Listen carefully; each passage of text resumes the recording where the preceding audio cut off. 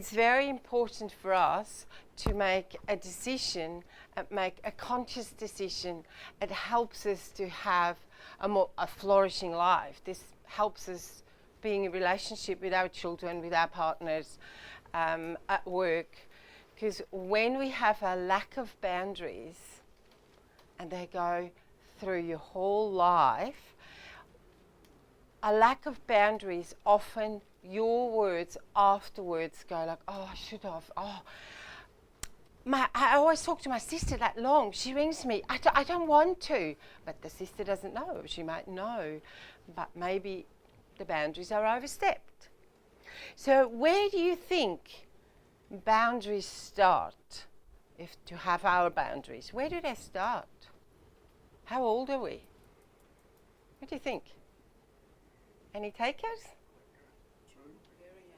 Very young. 2 years old. Even earlier. Because we learn what place we have in the family. When we grow up, we have sisters, brothers, maybe not, maybe a single child, but mum, dad. We're lucky we have a gentle, beautiful upbringing, but even then we have a role in the family. In the family, we might be the pleaser. We need to do everything to make sure that everybody else is right. Maybe we are the rebel. Maybe we are somebody that really just need to speak up. Some of them are quiet. Some of them are a little bit the angry one to do. So therefore, very early on you learn, if I'm hungry, I have to wait. I'm the fourth sibling, or the fifth, or the sixth. And I have to wait, I have to fit in. That might be then the pattern that you have. That's the boundaries you have. Quite out there, you always have to wait. And that's it. You go like, yeah. But deep down you go like, why would I always need to wait? Why is nobody really paying attention to me? And why does nobody hear me? Why is nobody saying, yes, I know exactly what you're saying? So it sounds far-fetched, but this is, the non-verbal boundaries are the most important boundaries. Because we know, and some people have come already to my workshop in here, and they know that when we start with the boundaries, if I don't have particularly good boundaries, I just come over and talk to you. People get really uncomfortable. They start to push me away. If I don't know, if I haven't learned the spatial boundaries, if I haven't learned to have a respectful way of interacting, it is what's coming back very often. And these are the non-verbal boundaries. And look, on a positive note, if somebody is a bit disrespectful to you, is don't step back and let the person take more space. Step forward and say, I was wondering, what were you saying? Or what would you like to tell me? It's like the way of playing with your body, with your own boundaries, to have the boundaries sort of around here. And in my workshop, it's the information in like the first part before the break, just to go through what's a non-verbal boundary, what's an intellectual boundary, what's an emotional boundary, what's a sexual boundary, what's a digital boundary. So there are many different boundaries to learn. We just not have no boundaries. We all have boundaries, but in some areas we have a bit more, in other areas we have a bit less. And in the second part we try to involve the senses, because the senses come from the non-verbal.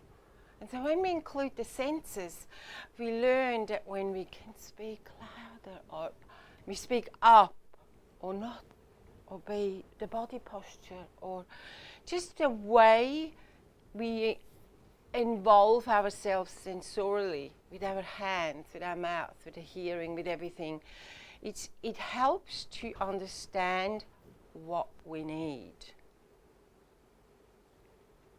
It's a very big topic, because in order to know what we need to know what we feel. If I know what I feel, I know what I need. Then you don't have to tell me, oh, you are angry? Well, you can say, I'm sorry, I'm not angry. And person, you appear to be angry. Well, that's a much better way of saying it. So, therefore, boundaries, we need to understand how we interact with people, how we come across to other people. And within that second part, we do this as well with drawing. Nobody needs to be able to draw. I'm not an artist at all, even though I'm a clinical counsellor in my own private practice, but I'm an art therapist as well, but I'm not artistic at all.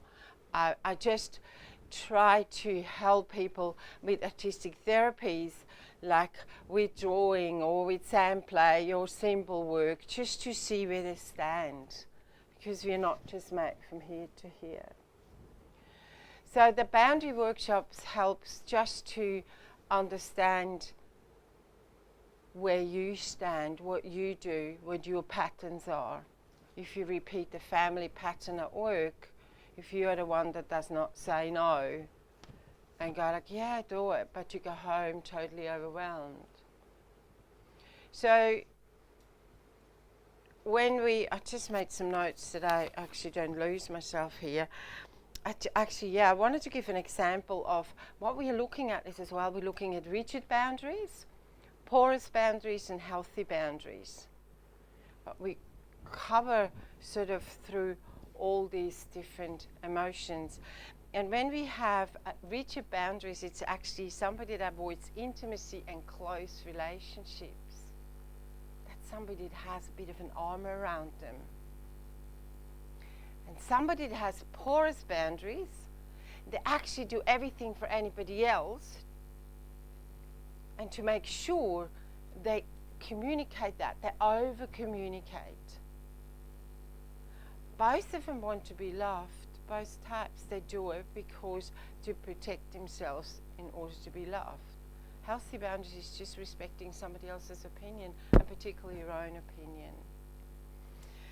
The way we work with sensori is to engage the left and right brain. If we do that, we get much more flexible, we think, we feel. And we have the emotions, but we are very structured as well on the other side. So this is a huge topic, but in the 3 hours that I do, I try to give as much information, but a lot in the second part that is yours. That you explore yourself. That you explore the parts where you want to know more. Do you have any questions so far?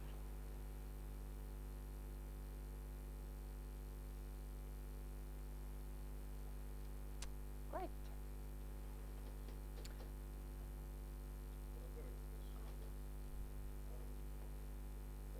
People talk about having a balanced life. I've been told that balance comes from making boundaries. Is that something you... Yeah, thank you for that. That's a brilliant question. We good. It is. Everybody says that no one knows how to do it. So that's one thing I'm trying to work out is how to have a balance. To have a balance in life is really to find the polarity of work and personal life. And I think this is such a strong way of finding out where your boundaries are and how to deal with them. This is a totally typical. But sometimes it's like work, you might overwork, you might spend time somewhere else. It's just finding your own way, but it's definitely a boundary. It's definitely working with your own emotions to go like, do I really want to do that? Do I really want to be that tired? Do I really want to have that drink? I don't feel it. And then goes into the intellectual and the emotional boundaries, but the non-verbal patterns. Because it goes back to the sibling order as well.